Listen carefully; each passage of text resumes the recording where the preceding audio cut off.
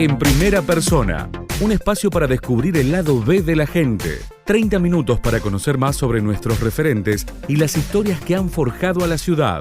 Con la conducción de Fabián Petenati y Nicolás Chetam. En primera persona. Como lo habíamos señalado, está con nosotros Ana Laura Medina, quien es la secretaria de Género de la Municipalidad de Río Cuarto. Ana, muy buenas tardes, bienvenidos a la propuesta de hoy. Vale, muchas gracias a ustedes por la invitación y un gusto compartir este espacio. ¿Cómo surgió la idea de hacer política, de introducirte en este mundo? Y mira, tengo un recorrido, bueno, cuando decidí estudiar, la primera carrera que tenía ganas de estudiar era abogacía, por cuestiones familiares y económicas, me acuerdo en ese momento, no me podía ir a Córdoba, todavía la carrera de abogacía no estaba creada acá en la Universidad Nacional, al año siguiente se creó. Y decidí estudiar ciencias políticas y bueno, me enamoró la carrera, ¿sí? Allí empecé a conocer, obviamente, todo lo que es las construcciones teóricas y eso, y automáticamente ya empecé a militar en política, bueno, por un bagaje familiar, por algunos procesos de enseñanza de parte de mi abuela materna en relación a lo que era el peronismo. Y bueno, a pesar de la militancia, yo necesitaba también contar con herramientas y de eso me favoreció también la formación académica. Pero por una cuestión familiar empezó a militar en lo que es el peronismo. ¿Estudiar la carrera fue por una cuestión de la docencia o la política en un principio? No, la política. La docencia apareció después. La docencia, a medida que fui recorriendo la carrera, me fui dando cuenta de la importancia y lo lindo que era la docencia y empiezo a meterme un poquito como ayudante de segunda en algunas materias y ahí termino de descubrir mi segunda pasión, que pasa a ser la docencia. Y ya en un tercer año, un cuarto año, después de ser ayudante, bueno, me recibo y empiezo a ser adscripta. Me recibo en el 2006 y en el 2008 ahí hay una apertura de concursos en el Departamento de Ciencias Jurídicas, Políticas y Sociales, y allí concurso y paso a ser docente de la universidad, de la Facultad de Ciencias Humanas. ¿Y cuál es la cátedra que más te gusta? Y mira, empecé, cuando yo concursé concurso en una materia que es de abogacía, que es el razonamiento jurídico, pero mi fuerte tiene que ver con las metodologías, ¿sí? Las metodologías de investigación, las cuales los quanti y el trabajo final. Que no quito por ahí porque también doy teoría política, análisis de políticas públicas, doy otras cátedras, pero bueno, lo que a mí más me apasiona tiene que ver con la metodología de la investigación. Es donde me he ido formando también después en las especializaciones y sí también me he hecho fuerte en la cuestión de derechos humanos, que es la otra parte que es donde hice mi maestría y donde estoy empezando a hacer mi trabajo final de doctorado. Uh-huh. ¿Y la abogacía no se te dio en ningún momento de hacer la carrera, digamos, aprovechar que estaba también en la universidad? A pesar cuando yo estaba ya cursando el primer año, se hace la apertura de la carrera acá y recuerdo una charla con unas compañeras de la universidad de tener la posibilidad, me dice, y ahora Ana que está acá, y ya me había enamorado de política, y entonces dije, no, sigo por esto y veo más adelante. Y bueno, más adelante ya seguí profundizando sobre la ciencia política y me quedé ahí. Uh-huh. Vos contabas recién que un poco desde la niñez mamaste lo del peronismo, ¿no? Sí. Cuando empezaste a estudiar no hubo cuestionamientos a esa ideología, sino más bien una confirmación. Uh-huh. Sí, cuando empecé a estudiar empiezo a confirmar qué cosa, no mi base del peronismo, sino a conocer teorías para poder entender la realidad, a entender cómo poder crear políticas para poder mejorarle la vida a la gente, porque bueno, la militancia tiene esto de los recorridos territoriales y la carrera me dio esa otra herramienta para poder pensar qué puede uno estar creando, construyendo en relación a las políticas públicas para poder mejorar eso que en los territorios uno va viendo, más que nada el peronismo, que se mete en los sectores más vulnerables de la sociedad. ¿Y qué te apasiona del peronismo, digamos, desde la niñez, digamos?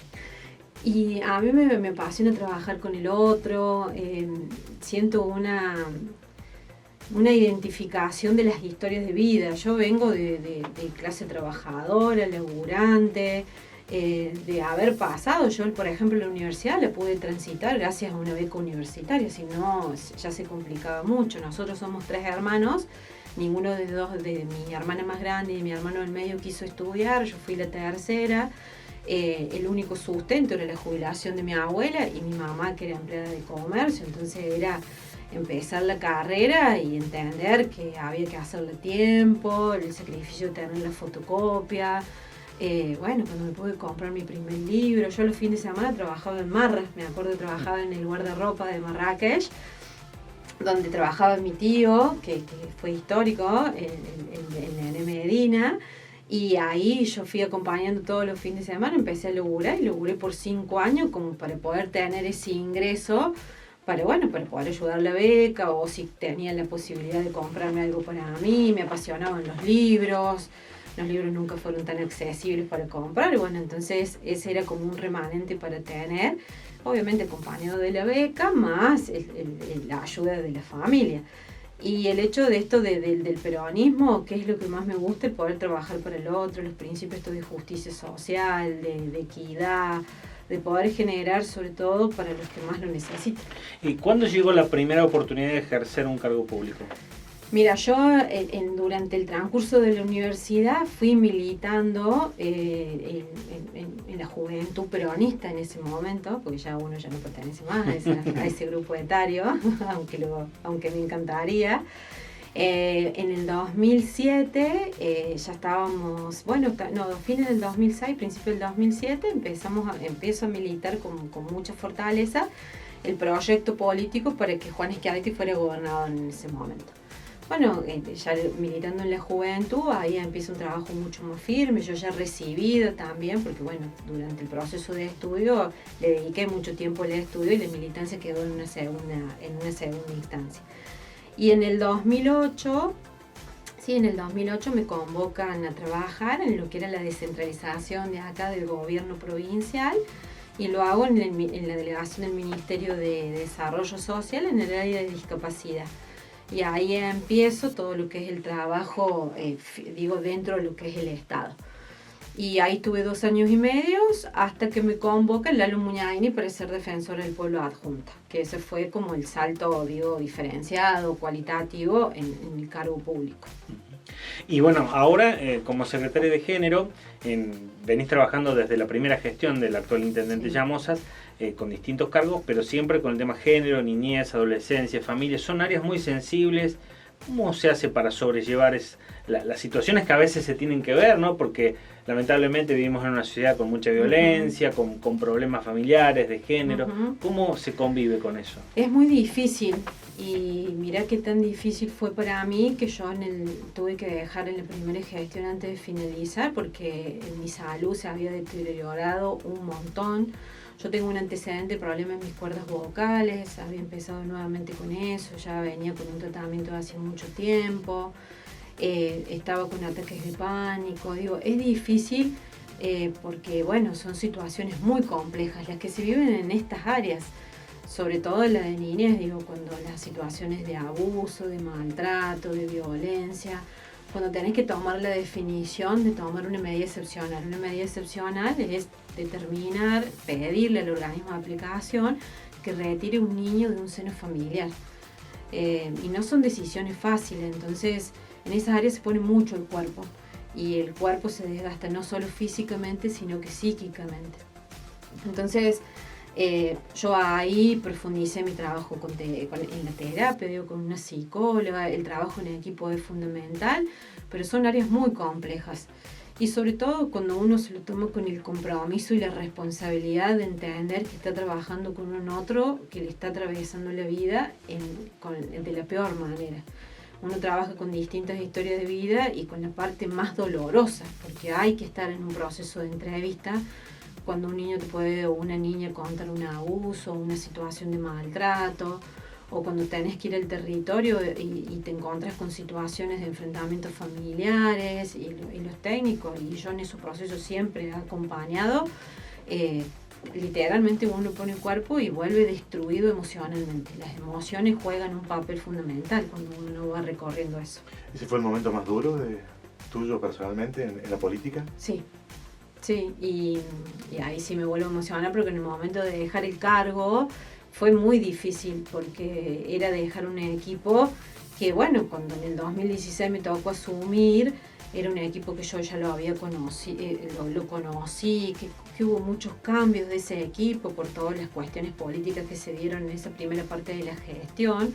Entonces también estaba el que uno ya se había encariñado, pero fue la decisión para mí más difícil, pero necesaria para ese proceso, porque yo ya, te digo, yo después de que me fui de esa primera gestión hasta el día de hoy me cuesta ir a la casa de niñas.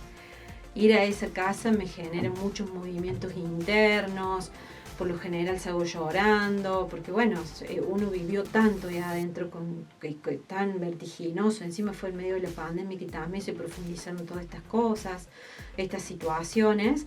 Entonces sí, para mí fue el momento más duro de mi carrera política desde que inicié hasta el momento. Como decíamos, son áreas muy sensibles, donde también muchas veces se está expuesto a las críticas, ¿no? Uh-huh. Las críticas a veces de la oposición, de alguien que no queda conforme. ¿Cómo te llevas con eso y cómo, lidias un poco con esas situaciones? Y las críticas no me gustan, en eso voy a ser sincera. No me gustan porque uno trata de ponerlo mejor, pero también sé que son las reglas del juego, sobre todo cuando vienen de los grupos políticos, de la misma oposición, son parte de la regla del juego de ser oficialismo y oposición. Entonces, pero también las escucho. Yo los informes de gestión que siempre a nosotros los secretarios nos toca ir a fin de año, para mí es una instancia también de aprendizaje.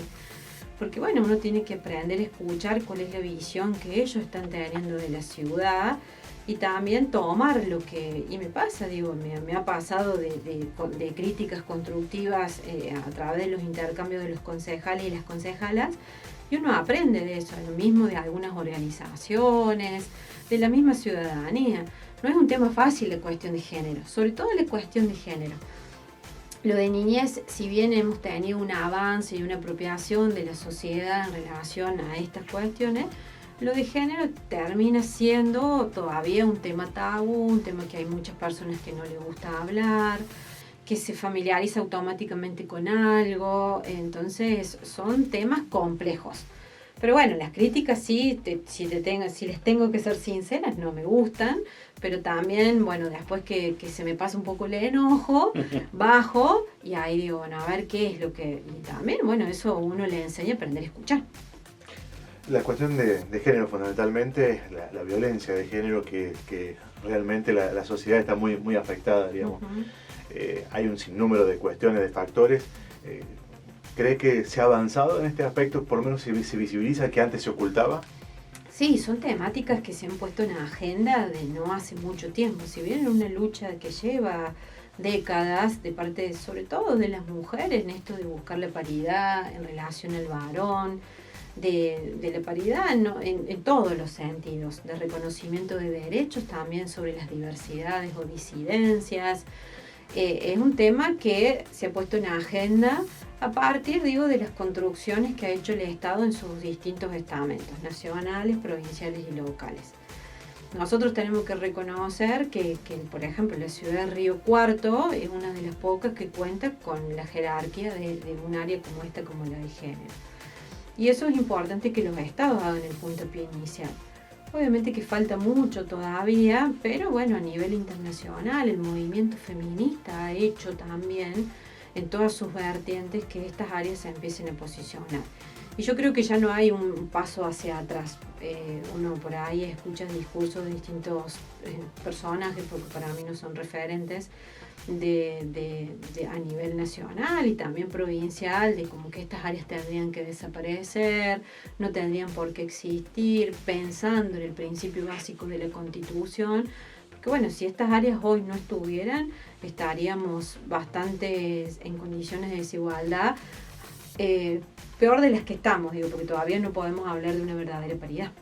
Vamos a ir a la pausa, pero le dejamos una pregunta a Ana Medina para que nos responda cuando regresemos, y es, ¿cómo te ves de acá a 10 años? En un ratito nos responde Ana Medina. Regresamos de la pausa, estamos dialogando en esta charla distendida con la secretaria de Género de la Municipalidad de Río Cuarto, Ana Laura Medina, y había quedado pendiente una pregunta, que es, ¿cómo se imagina de acá a 10 años? Y de acá a 10 años voy a tener 50. Voy a estar, según los dichos populares, en la mitad de mi recorrido, en la mitad de vaya a saber, sabiendo que uno va a vivir 100 años, sería la mitad, pero bueno.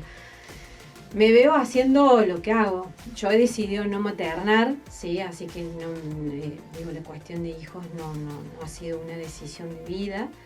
Me veo disfrutando un poco más de mi vida familiar, que son, a pesar, en este tiempo me han reclamado y he podido visualizar esta falta de tiempo por ahí con la familia, sobre todo con mis sobrinos, de compartir más tiempo con ellos en relación a sus cosas.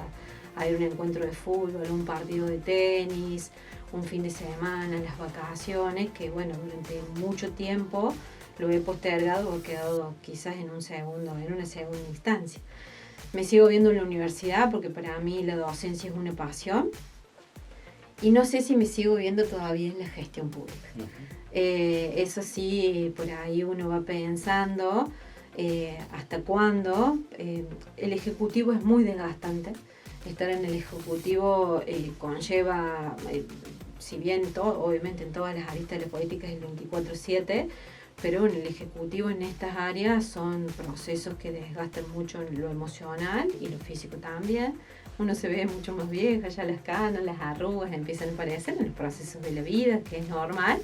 Pero en 10 años me veo sí plenamente dando clases y disfrutando más de mis espacios con mi familia, con mis sobrinos, con mis amigos y mis amigas, y viajando un poco más, que es algo que lo tengo todavía bastante postergado. No se imagina intendenta de Río Cuarto. No, descarto todo eso.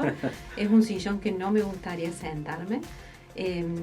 Yo lo veo al intendente y he visto su proceso de estos 7 años y meses que llevamos en la gestión, del desgaste que conlleva estar en la política. Todos nos vemos un poco más viejos, más desgastados, con más arrugas, las ojeras, pero es un lugar que no me gusta. No es que no es el no me gusta decir no, sino que no me siento con la capacidad para poder sentarme en un sillón y sobre todo manejar los destinos de una ciudad tan importante como la de Río Cuarto. ¿Una mujer tiene que estar en la intendencia? Sin lugar a dudas. Digo, los espacios de decisión tienen que no solo, en el ámbito legislativo tenemos posibilidades, digo, a través de distintas normativas, de tener un 50 y un 50, pero en el Ejecutivo todavía estamos en desventaja.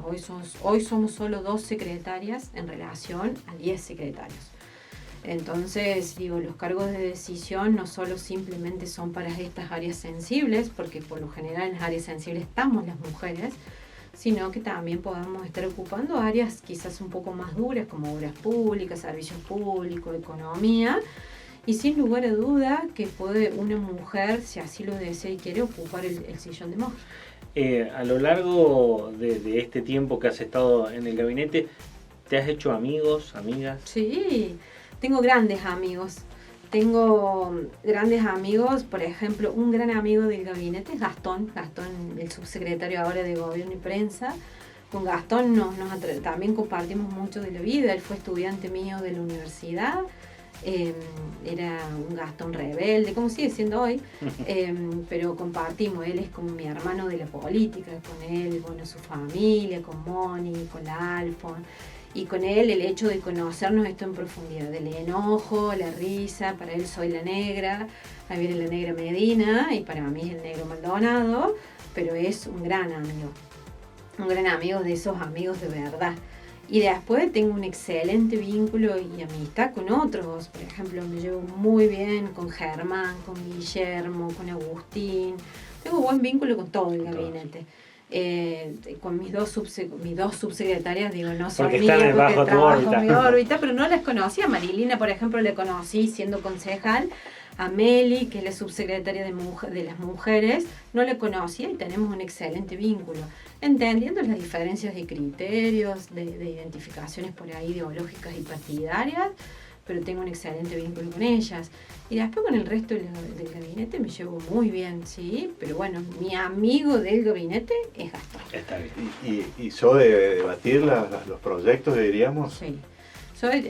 A mí me consideran, viste, como ahí viene Medina, como la rebelde, la que siempre viene con alguna crítica en relación al posicionamiento, a qué dije, porque lo primero que me dicen, ¿qué dije de malo? Sí, yo soy respetuosa, pero soy muy crítica de mis compañeros. Y ellos lo son conmigo, a pesar de que a mí no me gustan las críticas, es como bastante contradictorio en mí. Pero sí, soy totalmente, yo voy y les digo, a ver, me parece que se equivocaron en esto, y ellos lo hacen. Lo mismo en estas reuniones de gabinete, uno intercambia miradas en relación a una política, de un programa, o cómo estamos mirando la ciudad, pero siempre en esto, en el marco del respeto y de entender los posicionamientos y las construcciones personales de cada uno de nosotros. Somos totalmente diferentes, un gabinete muy diverso. Bueno, falta un año aproximadamente para que termine la gestión. ¿Qué sería el proyecto, la idea que te gustaría que no quede pendiente de tu área? Y Trama Emprendedor es un programa que ha impactado muy fuerte en la sociedad. Estamos muy orgullosos de ese programa. Hoy más de 200 mujeres en el transcurso de estas 12 semanas están recorriendo la casa Trama Emprendedora y los talleres que se están dando en los barrios. Y yo sueño con tener una pequeña descentralización de la casa de Trama en Alberdi y en Banda Norte. Eso sería como mi próximo paso en seguir bregando, porque bueno, esto de la cercanía y de estar en los territorios es fundamental para cada una de las vecinas. Y también creo que la autonomía de esas. Sin lugar a duda. Eso, el hecho de la autonomía económica, que es el objetivo, la finalidad del programa. Costura y esto de enseñarles a emprender fue la gran excusa para lograr este trabajo en red y lograr que estas mujeres tuvieran su propio proyecto de vida, que cuando las escucha ahí nos damos cuenta del impacto que está teniendo.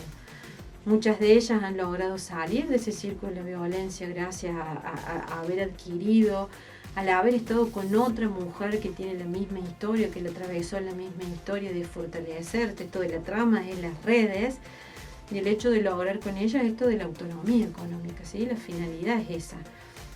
Entonces ya con una cooperativa conformada, con esta formación que les permite después, a lo mejor no se quedan en la cooperativa, pero 4 y 5 ya armaron una red entre ellas, están trabajando para determinado lugar y se siguen formando.